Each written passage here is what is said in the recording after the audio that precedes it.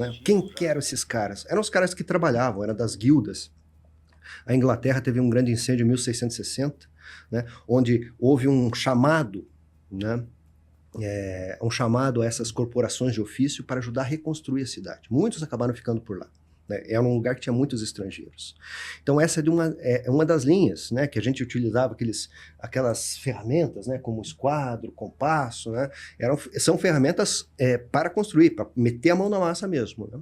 E para a gente entender como funcionava a situação, por exemplo, não era que nem hoje. Né? Hoje nós, vamos pôr assim, de forma geral, nós temos uma grande proteção das nossas coisas, né?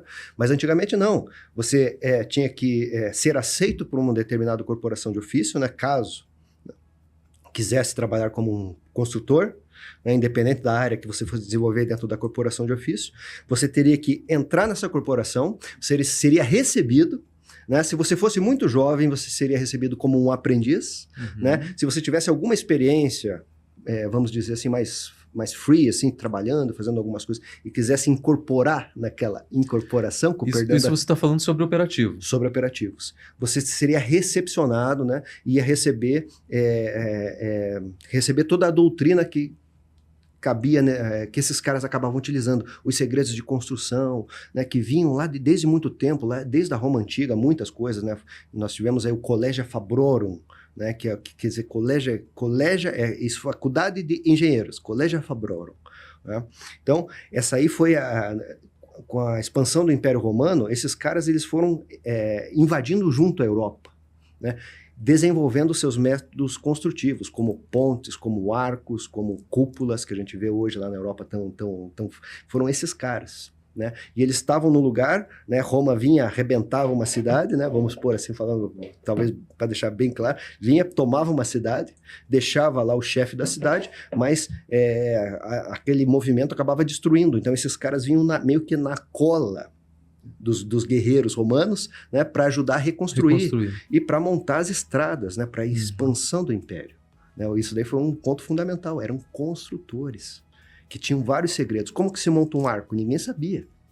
Os gregos não sabiam, né? Os gregos tinham outros métodos de construção, né? Os gregos montavam com mármore, com granito. Você vai lá em Atena, por exemplo, você vai ver que é granito, tá tudo destruído por causa do tempo. Vai em Roma, no Panteão, tá inteiro, cara. Época do Império, o Império começou em 27 a.C., tá inteiro, cara, tá zerado lá. É lindo de ver, assim, você passa a mão assim, fica assim, cara, como é que os caras conseguiram? O troço tá perfeito. Por quê? Porque eles inventaram argamassa. E assim se desenvolveu muita coisa, né?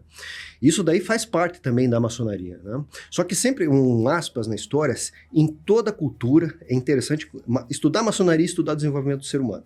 Em toda cultura nós tivemos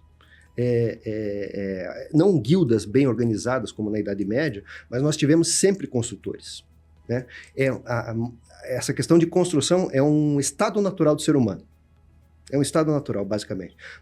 Entendendo que o homem era muito primitivo, depois buscou um abrigo numa caverna, depois ele buscou conforto nessa caverna, depois ele foi mudando, depois ele começou a virar se desenvolver em sociedade, e ali começou a necessidade de uma construção melhor, né, do que uma caverna. Então, ali as pessoas trabalhavam de forma muito autônoma, né? Mas até um determinado ponto que essa sociedade necessitou que pessoas cada vez mais se aperfeiçoassem no contexto da construção.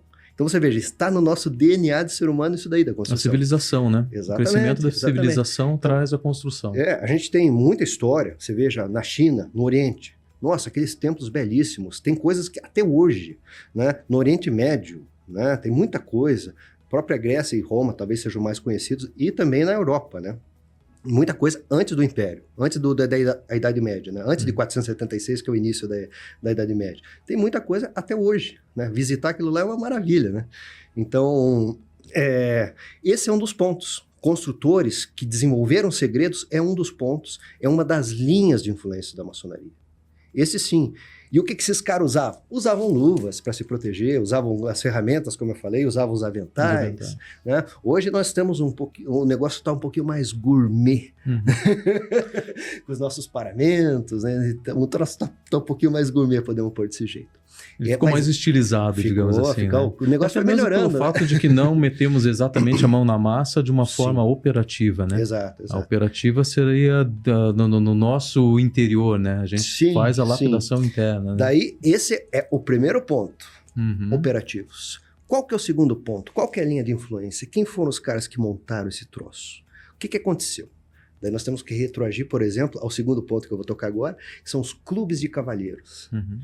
Existem e você sabe bem disso. Para tudo é necessário planejamento. Já pensou em fazer um planejamento financeiro? Ninguém melhor do que uma pessoa tecnicamente habilitada para isso. Por isso que eu tenho uma parceria com a Palladio Investimentos e Recursos Financeiros. Consulte um dos nossos especialistas. Ele vai lhe apresentar um plano concreto de planejamento e investimento que realmente pode mudar a sua vida, através do consórcio imobiliário de altos bens e serviços.